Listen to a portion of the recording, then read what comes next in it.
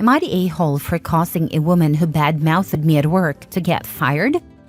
I kind of already know what people's answer to this would be, but I'm just asking to make sure.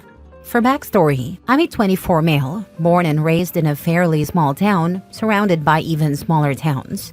People from the surrounding towns come here to get their degrees/diplomas from our local university and college, because their towns don't have good options.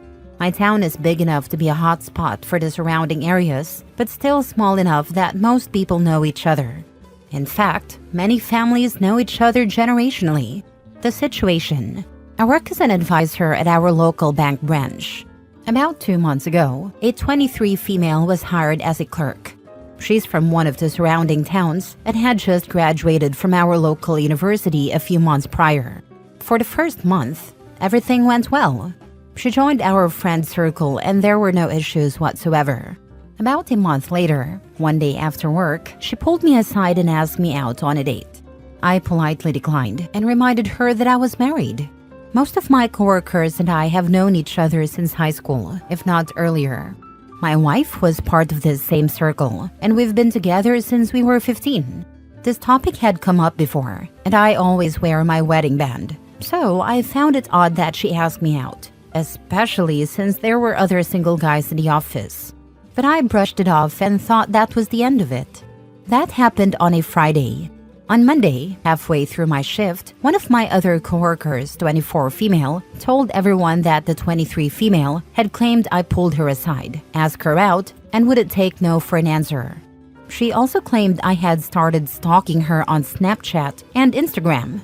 Here's the thing, my coworkers knew I didn't even have Snapchat or Instagram, and they knew how close my wife and I are, so they realized she was lying. However, there were a couple of coworkers who didn't know me as well and may have believed her.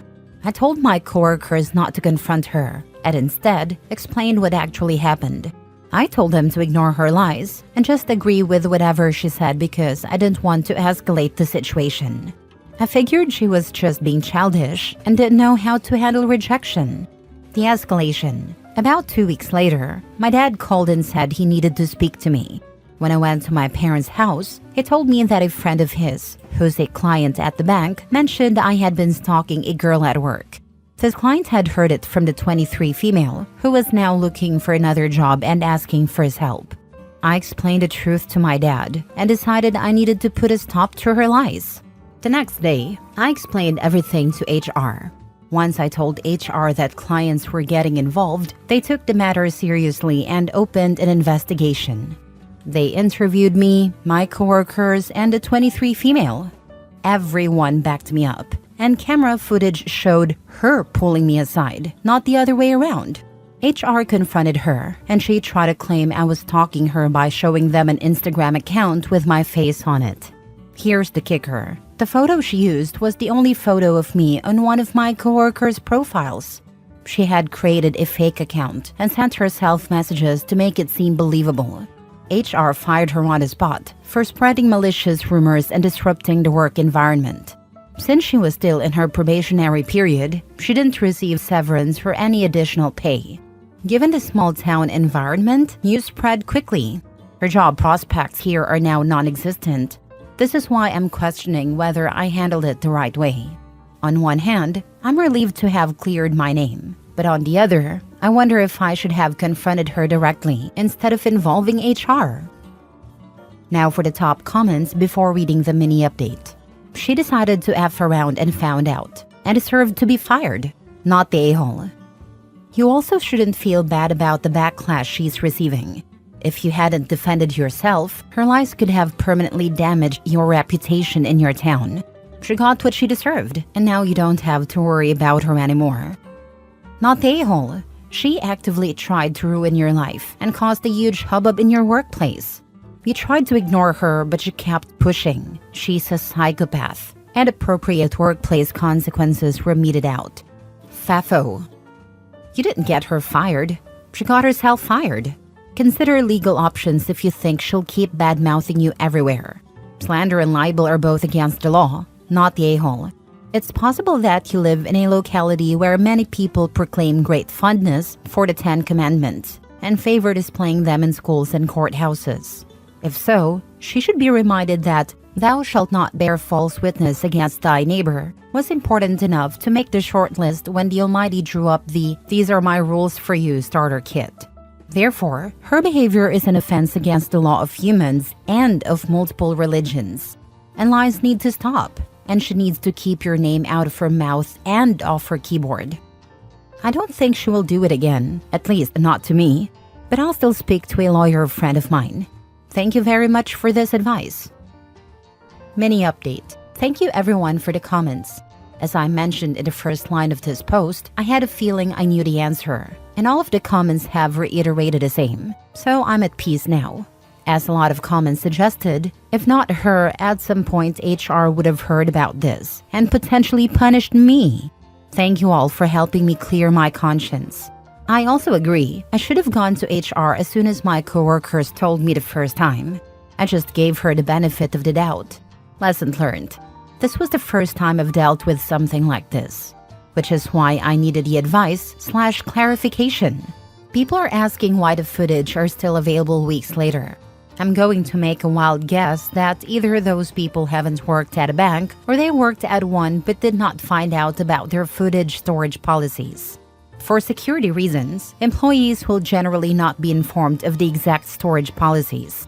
However, when a theft occurred at our branch 2 years ago, I am aware that they were able to pull up footage from 3 months prior. I don't know what kind of banks you guys are used to, but banks store security camera footage longer than most businesses. Each bank and each branch will have their own policies on how long they keep footage. Next story.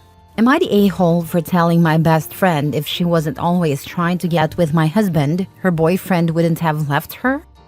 I, 27 female, have been best friends with Kira, 25 female, since we were little.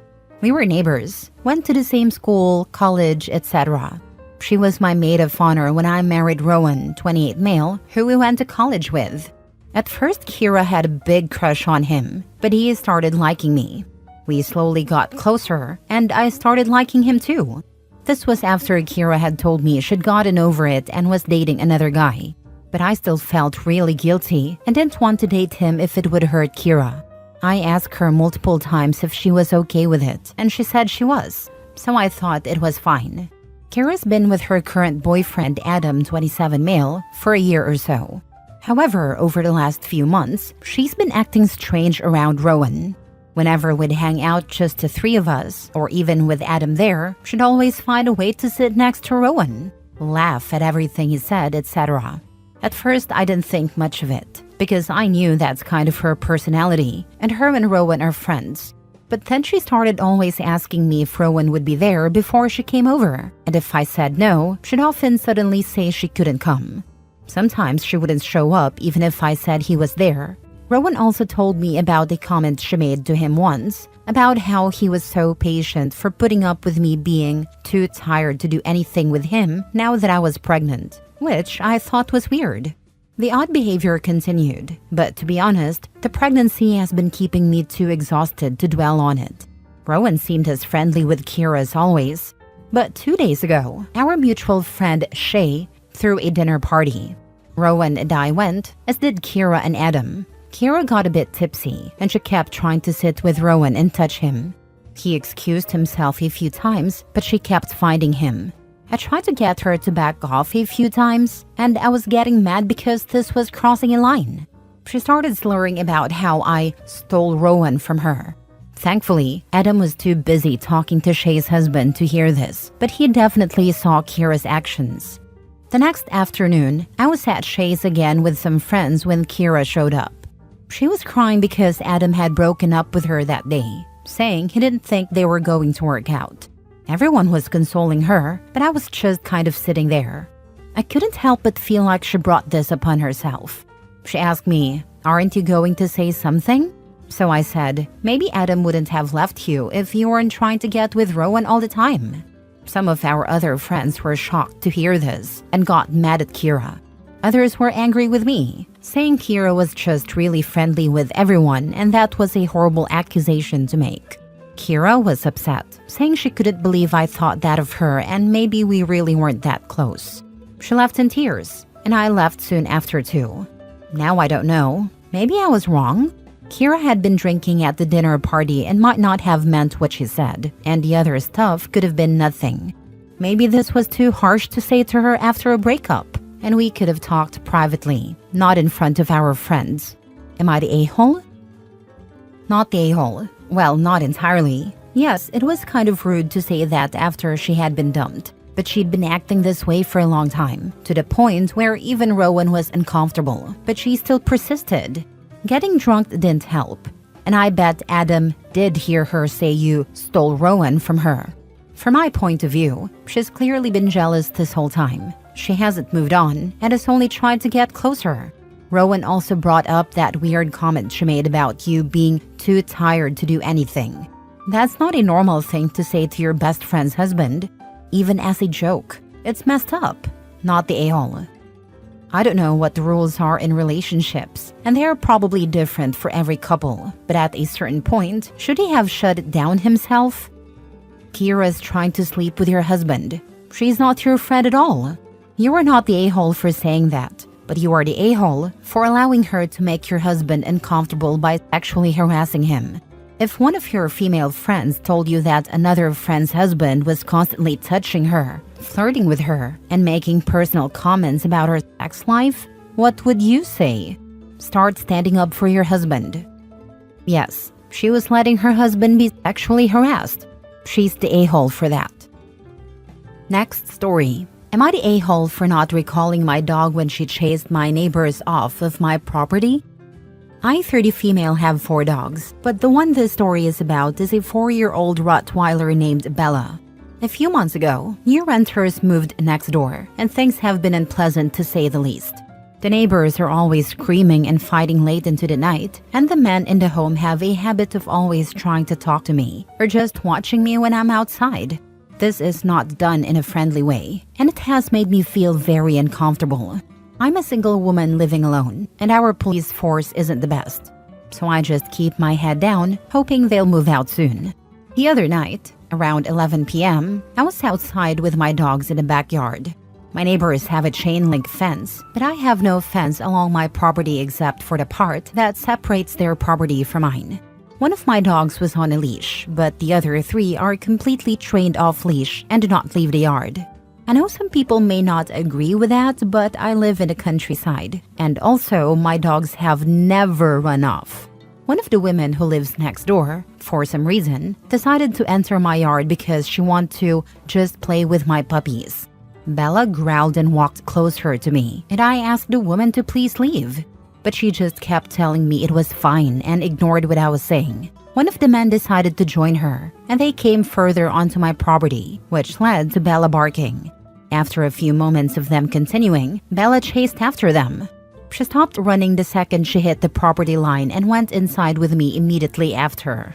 Now these neighbors keep making comments about not feeling safe with their kids and saying I should have called my dog back because they weren't a threat. I don't feel like I did anything wrong, but I also don't want the area to think my dogs are dangerous, especially with the stigma against Rottweilers. I also don't want to stir up unnecessary drama when it's already difficult living next to these people. Am I the a-hole? Now for the top comments before the mini update. Not the a-hole. The neighbor came onto your property without permission and thought she could just pet your dogs. Bella had every right to chase someone who wasn't invited off. If you're worried about your neighbors, get cameras and place them in front and backyard. Cameras are in the plan, but I'm paycheck to paycheck right now, unfortunately. If you're between paychecks, you can still document any harassment and interactions. Write down any incidents and date them, including anything that happens with your dogs. Inspect your front and backyard for anything that's different. Make sure you date everything. Not the a-hole. Your neighbors need to stay in their own yard. That was my thought process when it was happening, but I know that things can be different depending on the breed of the dog. I know for a fact Bella wouldn't have hurt them unless they had tried to hurt me, but I didn't know if that mattered or not. Mini update. Thanks everyone for the advice. I've called a friend who has agreed to come over tonight, and he will crash in my spare room until I feel safe. I'm going to contact the police tomorrow and make a report, as well as get a runner and a cheap camera as soon as I get paid. I'll update if anything changes. But I hope you all have a fantastic night, and thank you for the advice. Last story. Am I the a-hole for declining to invite a woman who has called herself a total klepto into my home? I, 30 female, joined a women's social club 6 months ago because I've been struggling to make friends after relocating to a new city. It took me a while to warm up to the group and connect with people I actually had things in common with. I had to wade through a lot of Botox parties and boozy brunches to find activities that interested me. But eventually I did, and I started attending group events fairly often. I spent most of my time with the women who enjoy reading, doing crafts, baking, sky watching, etc. Among these women is one whom I'll call Andrea, who has repeatedly made comments about being a total klepto. I think she says this to seem cool to others in the group. I reached out to some of the women I see regularly at these events and invited them over to my place to watch a TV show we'd been discussing and do crafts. They were excited and agreed to come.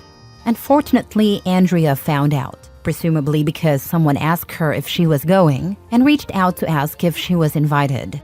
I thought about it for a bit and then told her no, explaining that I only had so much space at home.